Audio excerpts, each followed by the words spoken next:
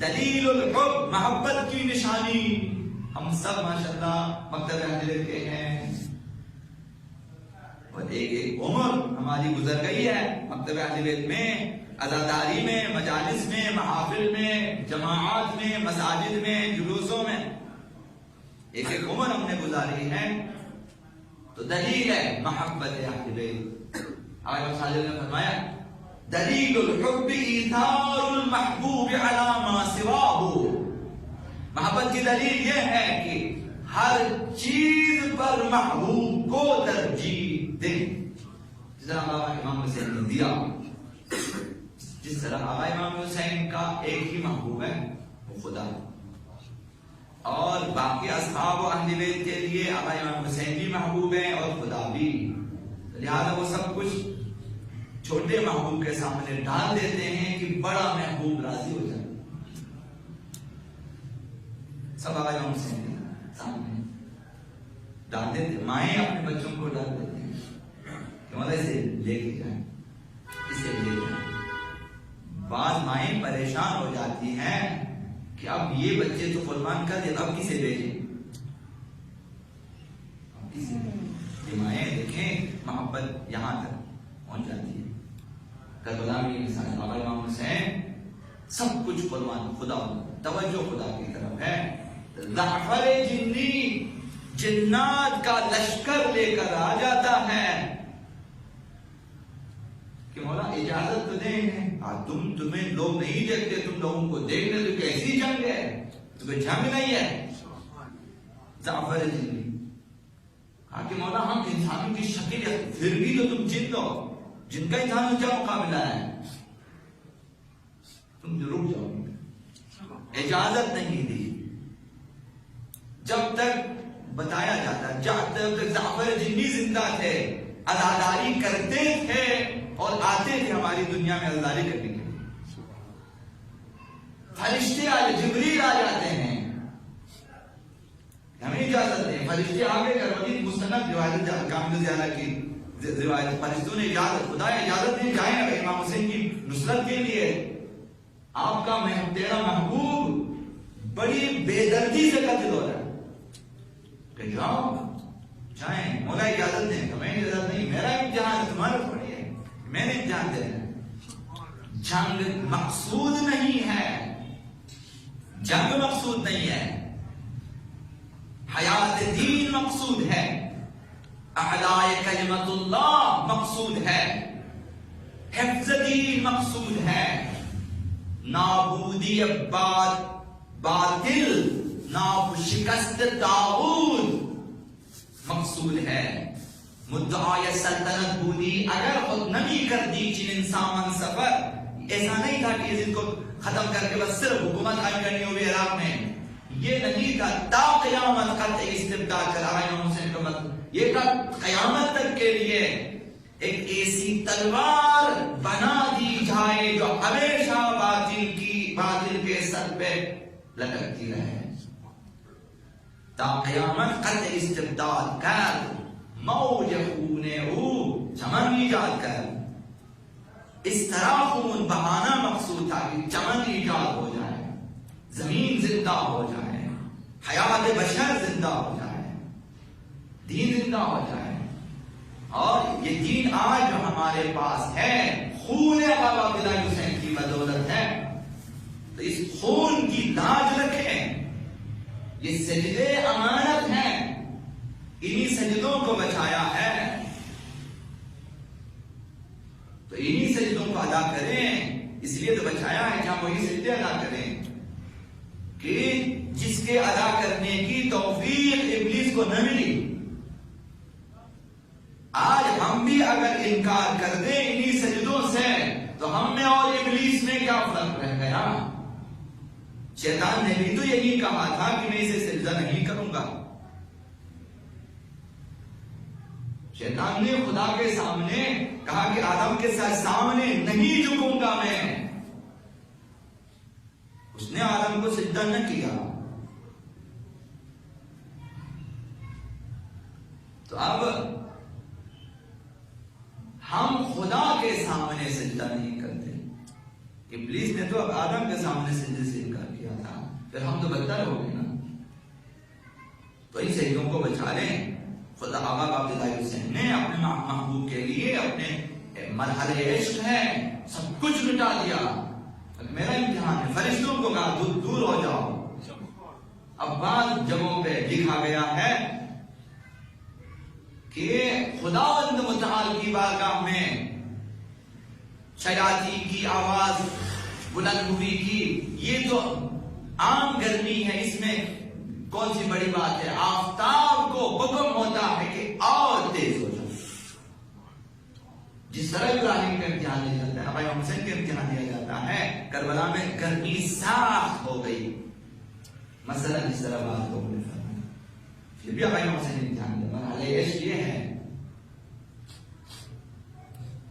یہ کہاں سے پیدا ہوگی؟ یہ مثال کربلا ہمارے لیے مکتب ہے, یہ ہماری درسگاہ. کربلا درسگاہ ہے, تو درس دے لیں, سبق نہ پڑھیں, پھر ہم ناقلب ہو جائیں گے. ناقلب شاگرد اسکول جائیں, داخلہ دیں, سبق نہ پڑھیں. تو کربلا کو کہاں مکتب ہے, مدرسہ ہے, حوزہ ہے ہمارے لیے.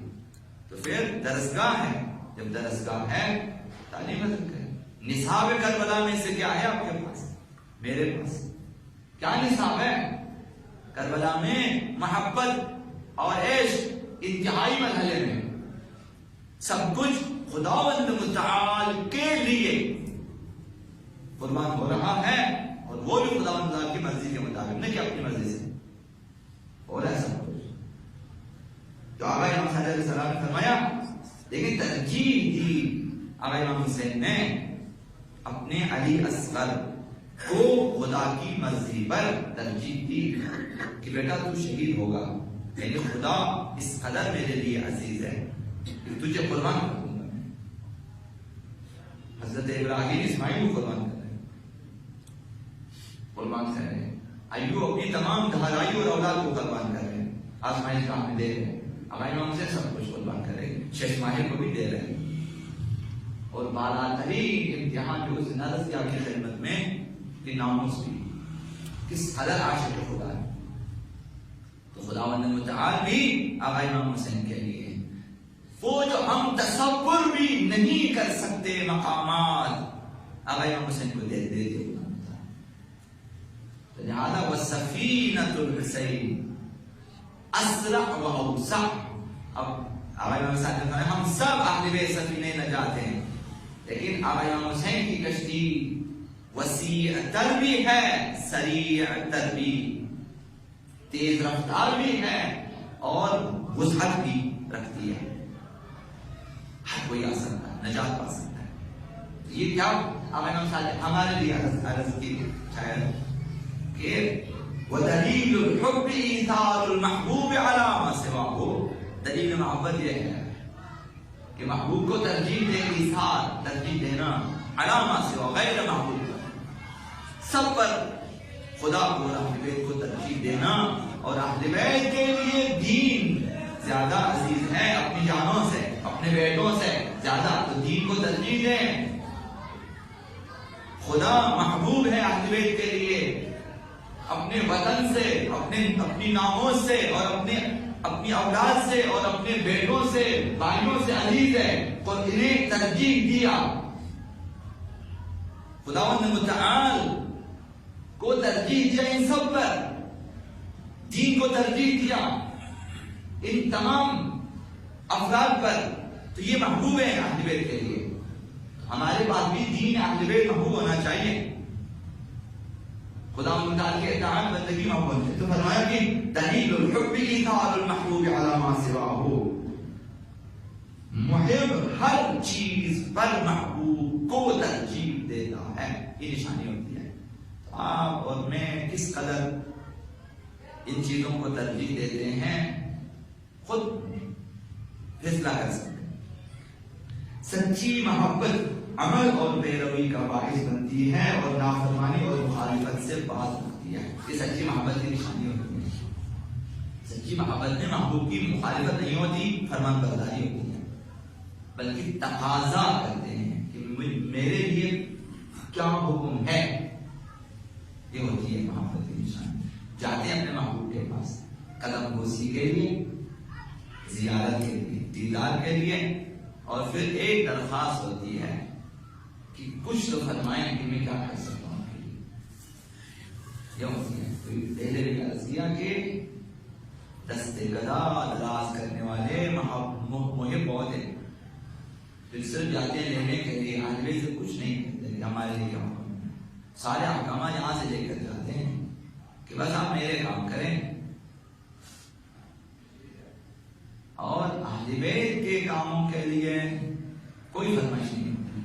سچی محبت میں محب جاتا ہے اور قدم بوسی کے بعد عرضداشت یہ ہے کہ مولا میرے لیے کیا ہو، آئندہ میرے لیے کیا ہو، مجھے کیا کرنا چاہیے.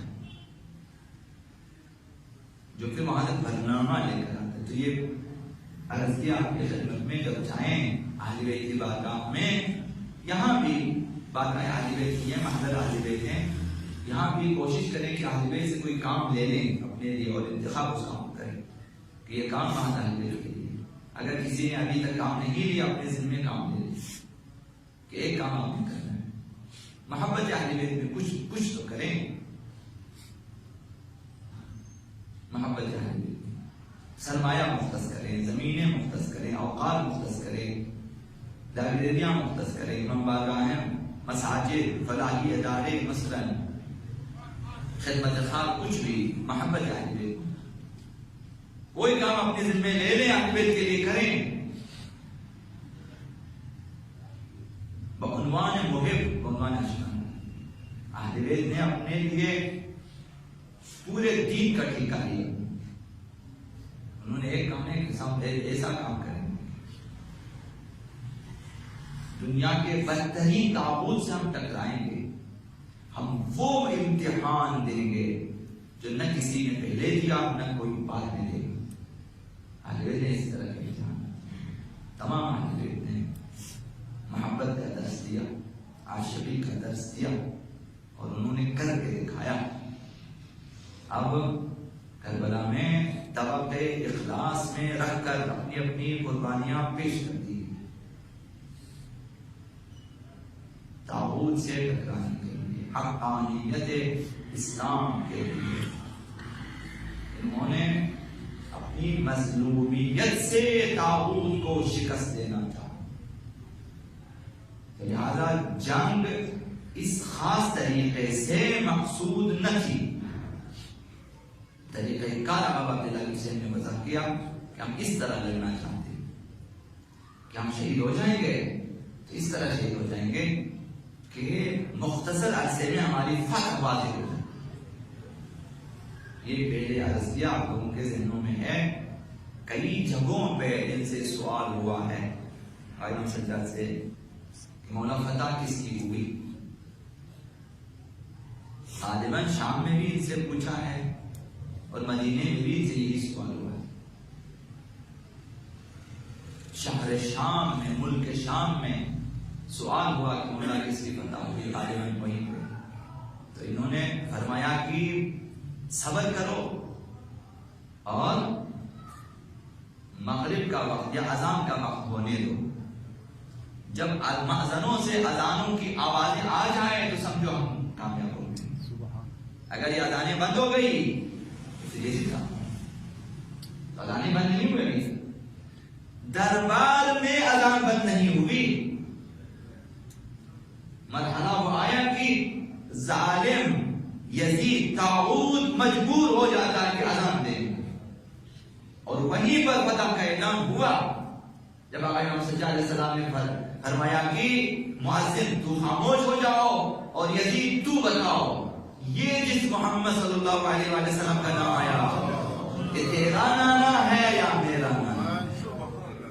اگر تو کہ تیرا ہے تو جھوٹ بولتا ہے، اگر میرا ہے تو بتاؤ ان کی اولاد کو کیوں قتل کیا، ان کی بیٹیوں کو کیوں اسیر. دربار میں انقلاب آ گیا، دربار میں انقلاب آیا.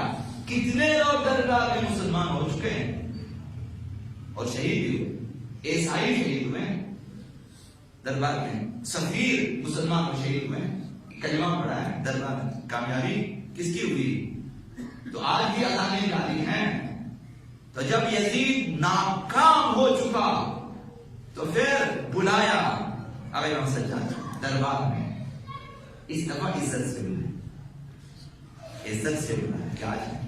بغیر سختی کے بلایا، بغیر سختی کے بلایا. آج نرمی سے بات ہو رہی ہے.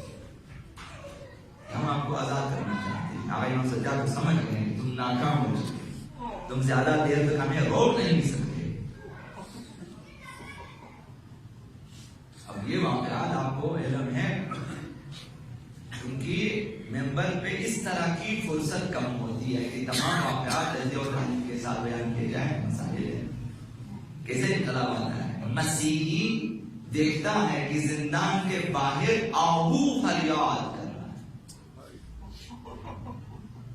یہ شکار کرنا چاہتا ہے، یہ بھاگ بھاگ کے زندان کے پاس جاتا ہے. کوئی اندر جا کے دیکھتا ہے کہ یہ زندان ہے اور اس کے اندر ایک بوڑھا شخص ہے، سیاہ امامہ ہے اور اسے تکیہ بنا کے ایک شخص ہے کہ یہ فریاد کر رہا ہے. اس سے کیا لینا دینا ہے؟ ارے سجاد بھائی آہو کہہ رہا ہے میرے 2 بچے ہیں، اسے دودھ پینے اور سفارش دی جایا ہے، میں ضمانت دیتا ہوں. کئی واقعات امام سجاد کے لیے امام رضا سے ہٹ کر کئی روایتیں. ضامن آہو جہاں امام رضا علیہ السلام ہے وہاں روایت نہیں ہے معصوم، وہ علماء کے قصے ہیں. امام سجاد میں روایت ہے. امام سجاد کا میں ضمانت دیتی واپس. جب واپس آیا یہ مسیحی حیران ہے کہ یہ کیا ہوا، یہ آ رہا ہے اور یہ فریاد کر رہا ہے، یہ کیا کہہ رہا ہے آپ سے؟ یہ کہہ رہا ہے کہ امت نے انہیں نہیں پہچانا، یہ اپنے نبی کی اولاد ہیں. یہ فریاد کہ امت انہیں کیوں نہیں پہچانتی؟ جب آپ باتیں ہوتی ہیں کہ آپ کون ہیں، ہم ایک فرزند رسول ہوں، میں آخری نبی کا بیٹا ہوں، کب بولا ہوں میں. سوال ہے یہ بیویاں کہ اسی رسول کی بیٹیاں ہیں. یہ مسیحی بقول بات علماء کے گھروں میں جاتا ہے، تمہیں پتہ نہیں ہے تمہارے نبی کی بیٹیاں اس زندان میں ہیں، آ جاؤ نکلو باہر. کوئی گھروں سے نہیں آتا. تمہارے نبی کے بیٹے زندان میں ہیں، تمہیں پتہ نہیں ہے تمہارے نبی کے بیٹے ہیں، یہ فرزند رسول ہیں. اس کی گرفتار ہو جاتا ہے، قتل ہو جاتا ہے، شہید ہو جاتا ہے. امام سجاد کے واقعات میں ہے یہ شہید ہو جاتا ہے. دفنا دیتے ہیں نزدیک زندان کے پاس. یزید نے یہ خبر پہنچتی ہے اس مسیحی کے خاندان تک. اس کی بیوہ آ جاتی ہے بچوں کو لے کر. جب انہیں سنا کہ ایک غریب کی حمایت میں اس نے آواز بلند کی تھی اور یہ شہید ہوا، وہ ابھی بھی آ جاتی ہے امام سجاد کے پاس کہ مولا ایک ہی تو تھا گھر میں، یہ آپ کی وجہ سے قتل ہو گیا. امام سجاد نے لے کر گیا کہ آؤ میں تمہیں کچھ دکھاتا ہوں. قبر پہ لے گیا، دعا کی، خداوند متعال سے اپنی ذات کا واسطہ دیا. مسیحی زندہ ہوا، زندہ ہو کر میں نے آپ کا کلمہ پڑھا ہے، میں نے اسلام قبول کیا ہے. جب یہ خبریں پہنچتی ہیں یزید تک کہ مردہ زندہ ہو جاتا ہے، کلمہ پڑھتا ہے، یہ ان کی حمایت میں بولتا ہے، یزید مجبور ہو جاتا ہے کہ آزاد کریں، آپ لوگ آزاد ہیں. اب امام سجاد علیہ السلام نے اليوم کرم زینب فرمایا کہ آپ آزاد ہیں، ہم آزاد ہیں، ہم آپ سے مشورہ کرنے کے لیے آئے. اب امام سجاد سے فرمایا اليوم کرم زینب نے دیکھا کہ ہم اس طرح آزادی نہیں چاہتے، ہماری کئی شرطیں ہیں، جا کے بتا دو، گھر خالی کر دیں، ہم آزادی کرنا چاہتے ہیں، یہ پہلی شرط ہے. ہم اپنے شہیدوں کا ماتم کرنا چاہتے ہیں، یہ پہلی شرط ہے. دوسری شرط جو اسباب و سامان لوٹے ہیں واپس کر دیں، یہ دوسری شرط ہے. ہمارے شہداء کے سروں کو واپس کر دیں، یہ تیسری شرط ہے. ورنہ ہمیں آزادی قبول نہیں ہے. کہ جو چاہیں گے گھر خالی کر دیا. اعلان ہوا کہ جس نے جو کچھ لوٹا ہے لے آؤ واپس.